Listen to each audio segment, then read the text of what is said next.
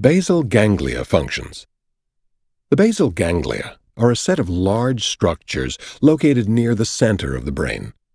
They help integrate feelings, thoughts, and movement, which is why you jump when you're excited, tremble when you're nervous, freeze when you're scared, or get tongue-tied when embarrassed. The basal ganglia facilitate the integration of emotions, thoughts, and physical movement. They take in sensations from the body, emotions, and thoughts, assist with putting feelings together with the correct body movements, and then help coordinate smooth outflow of motor or body movement. When they are working correctly, they keep input and output flowing smoothly, and emotions and body movements match each other. What happens when they don't work correctly? Panic disorder patients have basal ganglia that react correctly, but to the wrong situations. Their basal ganglia incorrectly activate fight or flight body movements and a host of other body responses in response to the wrong sorts of emotional and environmental input. The fight or flight response is a primitive state. It gets us ready to fight or flee when we are threatened or scared.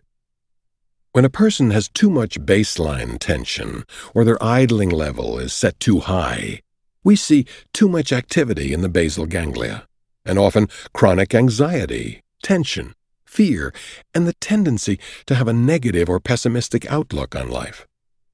Chronic states of anxiety and tension can increase the level of stress hormone production, and this in turn can lead to physical problems such as tension headaches, upset stomach, nausea, diarrhea, ulcer disease, and muscle soreness.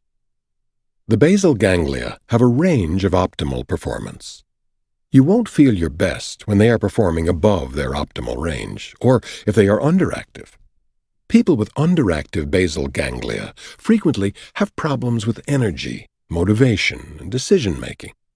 Of note, some of the most highly motivated individuals that we have scanned, such as CEOs of companies, have had significantly increased activity in their basal ganglia. One of our theories is that excessive basal ganglia activity may be associated with heightened anxiety, or, alternatively, with increased motivation. If you do not use increased basal ganglia activity to get things done, you are more likely to feel anxiety and tension. Some people can harness this increased energy and channel it productively to become the movers in our society. But they may also suffer from strong inner turmoil. The basal ganglia have been Dr. Amen's own personal motivator and nemesis. His basal ganglia are very overactive. In his own words, "The increased activity in my basal ganglia has been both positive and negative. It obviously keeps me motivated and on the go, pushes me to strive harder to do better, but also sets me up for issues with anxiety and gives me trouble relaxing. Even though I wouldn't say I have a clinical disorder, such as panic disorder, I have struggled with low levels of anxiety my whole life. I used to bite my fingernails, and sometimes still do, when I feel anxious, or it is the last quarter of a Los Angeles Lakers playoff game. I used to have a terrible time speaking in front of large groups, which I now love, thanks to putting into practice some of the techniques in this program. My natural tendency is to avoid conflict or any situation that triggers anxiety. My mind can also play tricks on me and predict the worst possible outcome to situations. Now, I can laugh at myself when my mind takes off on a negative course. For example, if one of my daughters was late coming home from a date, my mind would see her raped, murdered, and her bloodied body dumped alongside the road.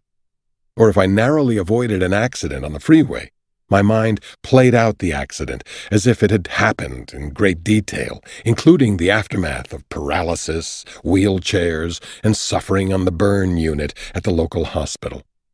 My mind's natural tendency is to predict the worst, even though I have been incredibly blessed in my life. Calming down my revved-up basal ganglia has helped me deal with what life throws at me. Deep limbic system functions. The deep limbic system, called the emotional brain, lies near the center of the brain. Considering its size, about that of a walnut, It is packed with functions critical for human behavior and survival. This part of the brain helps to set a person's emotional tone. When the deep limbic system is less active, there is generally a positive, more hopeful state of mind. When it is heated up or overactive, negativity can take over. The deep limbic system provides the filter through which you interpret the events of the day, and tags or colors events, depending on your emotional state of mind. When you are sad, with an overactive deep limbic system, you are likely to interpret neutral events through a negative lens. When this part of the brain is cool or functions properly, a neutral or positive interpretation of events is more likely to occur. Emotional tagging of events is critical to survival. The valence or charge we give to certain events in our lives drives us to action, such as approaching a desired mate, or causes avoidance behavior, withdrawing from someone who has hurt you in the past.